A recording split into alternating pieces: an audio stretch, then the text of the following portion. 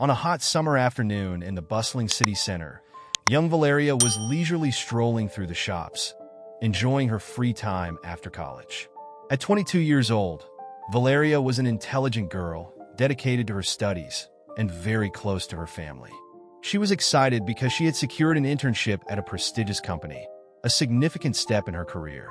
Valeria entered a clothing store known for its affordable prices and trendy pieces. While browsing the shelves and trying on a few clothes, she noticed one of the security guards watching her closely. Ignoring the uncomfortable feeling, she continued her walk, thinking only of enjoying the moment. Suddenly, as she passed the checkout without purchasing anything, Valeria was approached by a police officer named Sergeant Bruno, who worked in the area and had been called by the security guard. He was a burly man with a stern expression, known for being strict and not tolerating any disrespect for the law. Without many words, he grabbed her arm, accusing her of theft. "You think you can just come in here, steal, and walk out like nothing happened?" Sergeant Bruno said in a threatening tone. Valeria, frightened and surprised, tried to explain that she hadn't stolen anything. She became even more confused when the security guard, Paolo, claimed to have seen her put something in her bag. Paolo was a middle-aged man with a harsh expression who seemed to harbor some kind of hidden prejudice, especially against the young black people who frequented the store. Despite Valeria's explanations, Sergeant Bruno decided to take her to the police station for questioning. Valeria felt humiliated, seeing the curious looks of the people around her, who began to murmur and film the scene. It was a nightmare she had never imagined she would experience. On the way to the police station, Valeria thought about her family, especially her father, Ricardo, who had always taught her to fight against injustice, but in a peaceful and dignified way. Ricardo, a man of great reputation in the community, was a human rights lawyer known for his work on behalf of minorities. Valeria knew that as soon as he heard what had happened, he wouldn't let the situation go unpunished. At the police station, Valeria was taken to an interrogation room where Sergeant Bruno began asking sharp questions. He seemed determined to make her admit to something she hadn't done. Meanwhile, Paolo, the security guard, handed the officer a supposed recording from the security cameras, claiming that it showed Valeria committing the theft. "It's all here, Sergeant." She thought she could fool everyone, but she didn't go unnoticed, Paolo said with a tone of malicious satisfaction. Valeria, with tears in her eyes, tried to watch the video, but the officer stopped her, saying she would see everything in court. The atmosphere was tense, and the feeling of injustice grew inside her. Valeria tried once again to defend herself, but the sergeant seemed relentless. "We'll do this the hard way since you insist on lying," he said as Valeria was led to a temporary cell. Ricardo, who was at work, received a call from his wife, Marta, informing him of what had happened. He felt an overwhelming anger rising within him. He knew his daughter would never do something like this, and that there was something more behind the accusation, something that needed to be exposed and resolved. Ricardo dropped everything and went straight to the police station, determined to fight for justice for his daughter. He knew this battle would be tough, but he wasn't willing to let Valeria become another victim of prejudice and injustice. Ricardo arrived at the police station in less than an hour, but to him, it felt like an eternity. Upon entering the building, he went straight to the front desk, demanding to see his daughter. The receptionist, a young woman visibly nervous at Ricardo's imposing presence, informed him that he would need to wait as Valeria was being interrogated. "This is absurd," Ricardo exclaimed, his firm voice echoing through the station. "I'm a lawyer, and I have the right to be present during any interrogation of my daughter." At that moment, Sergeant Bruno came out of the interrogation room, surprised to see Ricardo. He recognized the man immediately. Ricardo was well known in the city for taking on complicated cases and winning important legal battles, many of them involving unjust accusations against black people. "What are you doing here?" the sergeant asked, trying to maintain his composure. "I'm here to ensure my daughter receives the fair treatment that any citizen deserves," Ricardo replied, his voice full of determination. Sergeant Bruno tried to maintain his authoritative posture, but Ricardo's presence shook his confidence. He knew this case wouldn't be easy to handle with someone as influential and respected as Ricardo involved. Your daughter was caught red-handed, Mr. Ricardo, the sergeant said, trying to justify himself. We have a recording that proves the theft. I want to see this recording now, Ricardo demanded, stepping closer to the officer. Reluctantly, Sergeant Bruno handed over the video for Ricardo to watch. Ricardo took the device and watched carefully. The video showed Valeria looking at clothes, but nothing incriminating. Then, the video showed a hand placing a piece of clothing in a bag, but the image was distorted, and the person in the video was not identifiable. Ricardo immediately realized something was wrong. He knew the store well and knew that the cameras were of better quality than that. This is a sham, Ricardo asserted with a look of indignation. This recording was clearly tampered with. I demand that my daughter be released immediately. Sergeant Bruno hesitated, but before he could respond, the station's phone rang. It was the police chief, who had received a call from a high-ranking community member, alerting him to the situation. Ricardo had already contacted his connections and knew that the pressure was mounting. With no other choice, Sergeant Bruno ordered Valeria to be released, but warned that the investigation would continue. Ricardo, with a firm expression, promised that he wouldn't let the case die there and that he would seek the truth. In the following days, Ricardo began his own investigation. He knew there was more behind the accusation against Valeria. He contacted a friend, Marcos, a former police officer now working as a private detective. Together, they started digging deeper into the case. Marcos, a shrewd and meticulous man, reviewed the store's footage, and upon analyzing the video, confirmed Ricardo's suspicions. The video had been edited. The next step was to find out who was behind the manipulation and why.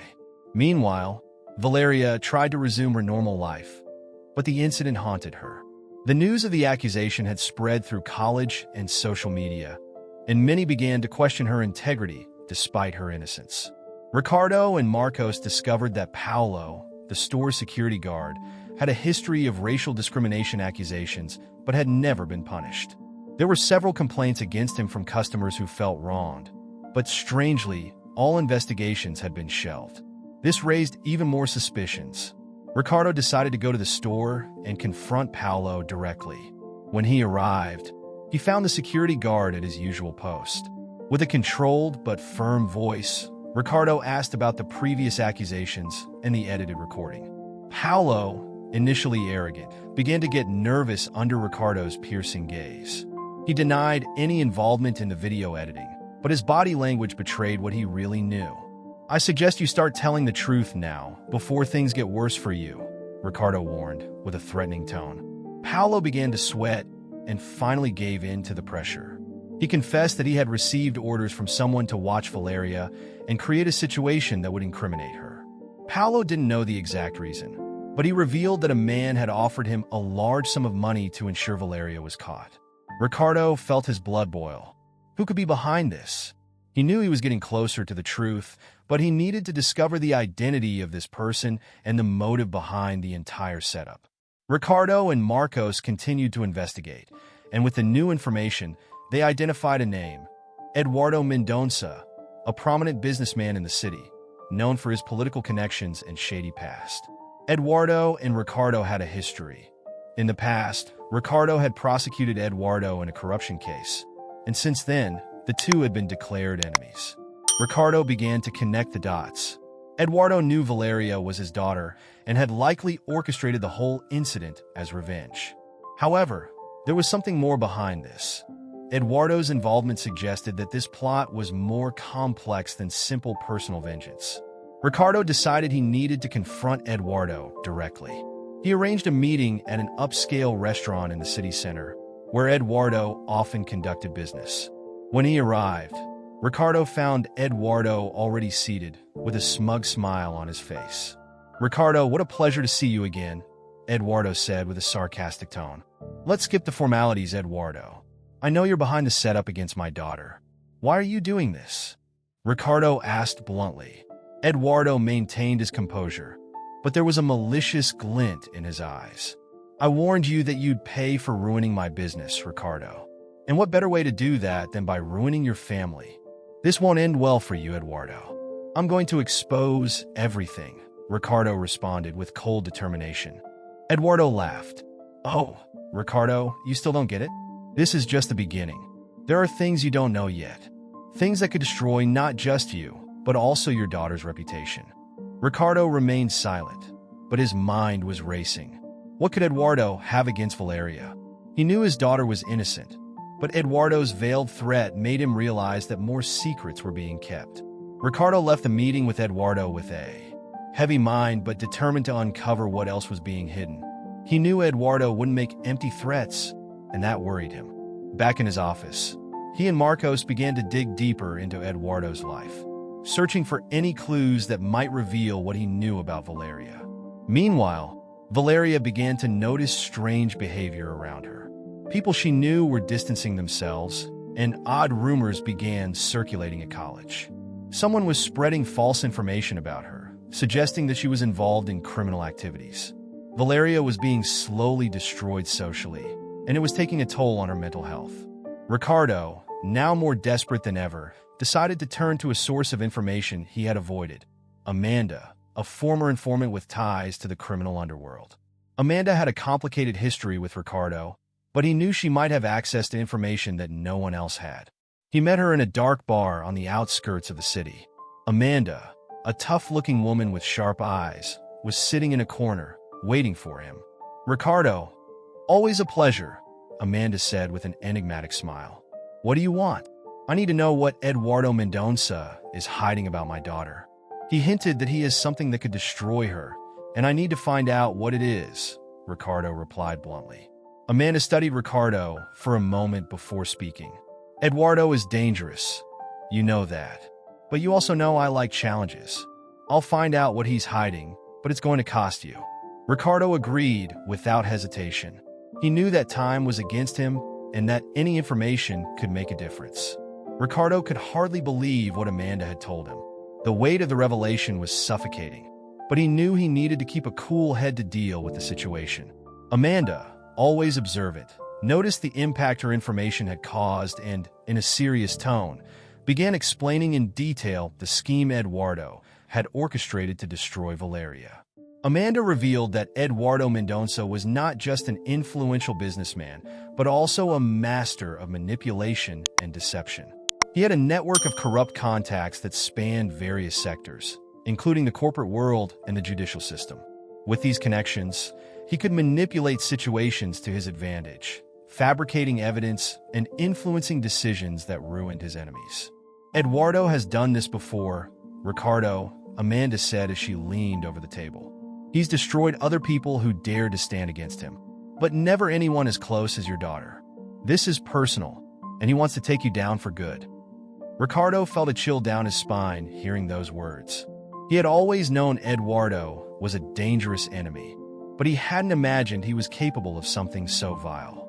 Valeria was being used as a pawn in a cruel game, and the mere thought that his daughter could be ruined by something she hadn't done filled him with a silent rage. "Eduardo created a series of fake documents," Amanda continued. "He used his contacts within the company where Valeria is interning to plant evidence suggesting she was involved in a corruption scheme. These documents were carefully fabricated to appear authentic, with forged signatures, altered emails, and even bank records indicating bribes." Amanda pulled a small folder from her bag and placed it on the table. She opened it and showed Ricardo a series of documents. He quickly flipped through them, his heart racing with each page. There were the supposed proofs against Valeria. They looked incredibly real. The accusations suggested that Valeria was receiving money from suppliers in exchange for favors within the company, a corrupt practice that could ruin her career before it even began. But how did he do it? How did he manage to insert all of this into the company? Ricardo asked, still trying to understand the complexity of Eduardo's plan. "He has a contact inside, someone at a high level who owes him favors," Amanda replied. "This person manipulated the company's internal system to create these false records. It's all part of Eduardo's plan to discredit Valeria and, by extension, you." Ricardo felt a mix of despair and determination. He knew the situation was critical, but he also knew that Eduardo had made a mistake. By creating so many lies and manipulating so many people, Eduardo had left traces. In Ricardo, along with Amanda and Marcos, was determined to follow them to the end. "We need to act fast, Amanda. If these documents come to light, my daughter will be ruined, and Eduardo will get away with it once again," Ricardo said, the urgency in his voice clear. Amanda nodded. "I'll keep investigating and try to find out the identity of Eduardo's accomplice inside the company. But you, Ricardo, need to prepare a solid defense. If these documents come out, you need to be ready to discredit them immediately." Ricardo knew Amanda was right. He would need more than circumstantial evidence to bring down Eduardo. He needed an impeccable legal strategy, something that would disarm Eduardo and expose his network of corruption once and for all. While Amanda continued her investigation in the shadows, Ricardo began working tirelessly on his defense. He contacted trusted colleagues in the legal world, explaining the situation and asking for help in preparing a case that was bulletproof. He also started instructing Valeria on what was happening, ensuring she knew how to behave and what to say if confronted with the accusations. Valeria, though scared, trusted her father. She knew Ricardo would do everything in his power to protect her, but the fear of seeing her life unravel because of a lie tormented her day and night. Meanwhile, Amanda discovered more details about Eduardo's accomplice. It was one of the company directors, Sergio Costa, a man with a clean record on the surface, but who hid a history of corruption and betrayals. Sergio had worked with Eduardo on other schemes in the past, and now, for reasons still unknown, he was willing to put his own reputation on the line to help Eduardo destroy Valeria. Amanda managed to gain access to some compromising conversations between Sergio and Eduardo, where they discussed the plan to incriminate Valeria. These conversations, secretly recorded, were the key to exposing the plot. Ricardo, upon hearing the recordings, saw the opportunity he needed to turn the tables. Now he had in his hands not just the defense for Valeria, but also the evidence that could bring down Eduardo and his network of corruption. Everything was at stake, and the next step would be the most dangerous and crucial of all. With Amanda's revelations and the evidence in hand, Ricardo knew it was time to act. He spent relentless days crafting his legal strategy, reviewing every detail, every piece of evidence, to ensure there were no flaws. Ricardo was determined to expose Eduardo Mendonça once and for all, but he knew he was up against a cunning and ruthless enemy. The first part of Ricardo's plan involved suing Eduardo for defamation and conspiracy. The goal was to force Eduardo to defend himself publicly, making him come out of the shadows and indirectly reveal his dirty tactics. To do this, Ricardo drafted a detailed petition listing all the evidence he had gathered. The manipulation of the documents from the company where Valeria worked, the recordings of the conversations between Eduardo and Sergio Costa, and Eduardo's history of corrupt practices. At the same time, Ricardo knew he couldn't afford to wait for the slow wheels of justice to turn. He needed to expose Eduardo quickly before he could react or destroy more evidence. Therefore, he prepared a press conference to announce the lawsuit, a risky move, but necessary to ensure the truth reached the public. On the day of the press conference, Ricardo was nervous, but his determination outweighed it. He knew this was a crucial battle, not just to save his daughter, but also to bring down a man who had caused so much suffering to so many people. The room was packed with journalists, all curious to hear what a renowned lawyer like Ricardo had to say about such an influential businessman as Eduardo Mendonça. Ricardo began the conference with a firm and clear speech, presenting the evidence against Eduardo and explaining how he had manipulated Valeria's life to get revenge for a past case. He revealed the recordings of the conversations between Eduardo and Sergio, which were played for everyone in the room. The journalist's reaction was immediate. Whispers and murmurs filled the room as they absorbed what they had just heard. Eduardo Mendonça is not just an influential businessman. He is a criminal who uses his power and wealth to destroy innocent lives. My daughter, Valeria, was the target of a horrible conspiracy orchestrated by this man simply because he wanted revenge against me for exposing him years ago. But I will not allow him to go unpunished again, Ricardo declared, his voice resonating with strength. The press conference was a success. News of the accusations against Eduardo quickly spread, making headlines in major newspapers and news websites. The pressure on Eduardo increased by the minute, but he did not back down. In fact, he accepted Ricardo's challenge, determined to use all his influence to defend himself and, if possible, turn the tables on Ricardo. Eduardo Mendonça, accustomed to manipulating people and situations to his advantage, believed he could control this situation as he had done many times before. He hired the best lawyers, known for their aggressive tactics and for winning even the most complicated cases. Eduardo was confident that, in the end, he would emerge victorious and that Ricardo and his daughter would be destroyed. Eduardo's first move was to try to discredit the evidence presented by Ricardo. His lawyers argued that the recordings could have been tampered with and that the accusations were unfounded, a desperate attempt by Ricardo to damage the reputation of an honest businessman. Eduardo also started a smear campaign against Ricardo, spreading rumors that he was using his daughter as a pawn in a personal vendetta. But Ricardo was prepared for this. Even before Eduardo made his moves, Ricardo had contacted a team of forensic experts who analyzed the recordings and documents, authenticating their veracity.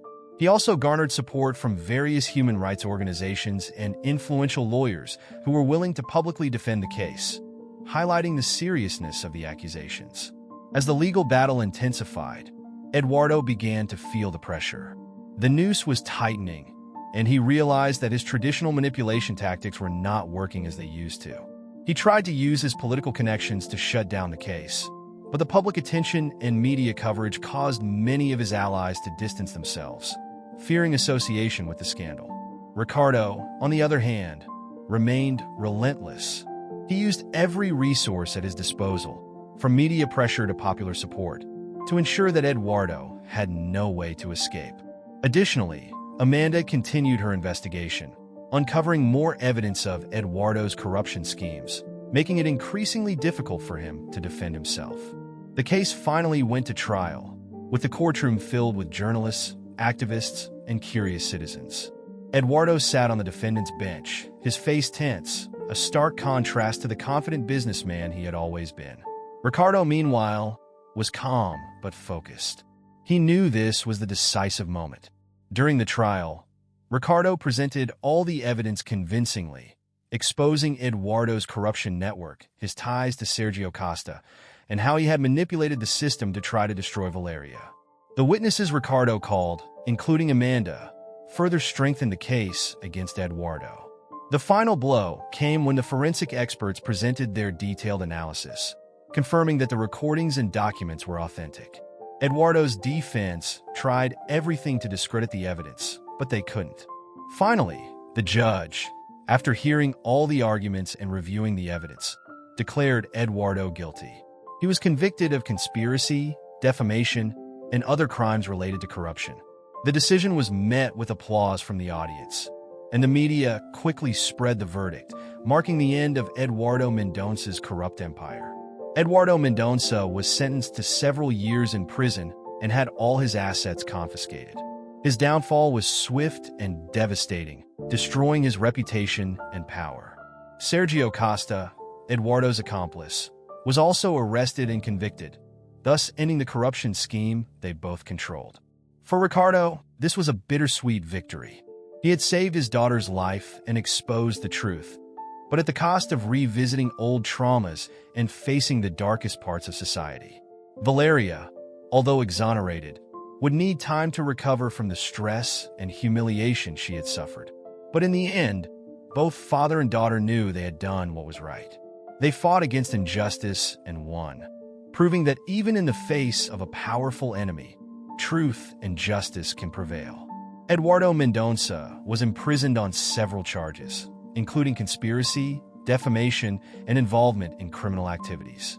His fall was swift and humiliating, and he lost all the power he had accumulated over the years. Justice was finally being served. Valeria, though relieved to be cleared, still dealt with the emotional scars of what she had gone through. However, with her family's support, she began to rebuild her life. Ricardo, in turn, vowed to himself that he would never again allow his family to be targeted by revenge or hatred. But before everything returned to normal, one last secret was revealed. During the investigation, Ricardo discovered something shocking. Eduardo and Ricardo were half-brothers. Ricardo's father, a man he deeply respected, had had an affair in the past, and Eduardo was the product of that relationship. When Eduardo discovered his true origins, he harbored a deep hatred for Ricardo, believing that he had lived the life that was meant for him. All of Eduardo's revenge was motivated by this hidden resentment, something he never revealed until the end. Ricardo was devastated by the revelation, but he also felt a strange sense of relief. He finally understood the reason behind Eduardo's hatred, although it didn't justify his actions. With Eduardo out of the picture and the truth revealed, Ricardo and Valeria began to heal from the emotional wounds left behind. Life would never be the same, but both knew that together, they could overcome any adversity. Valeria decided to continue her studies and get involved in social projects, using her experience to help others who had gone through similar situations. Ricardo, in turn, became even more dedicated to his work as a human rights lawyer, determined to fight against the injustices that afflict so many people. In the end, the upheaval in Ricardo and Valeria's lives brought a new understanding of family, justice, and forgiveness. They learned that even in the darkest situations, truth and justice can prevail, and that the strength of a united family is unbreakable.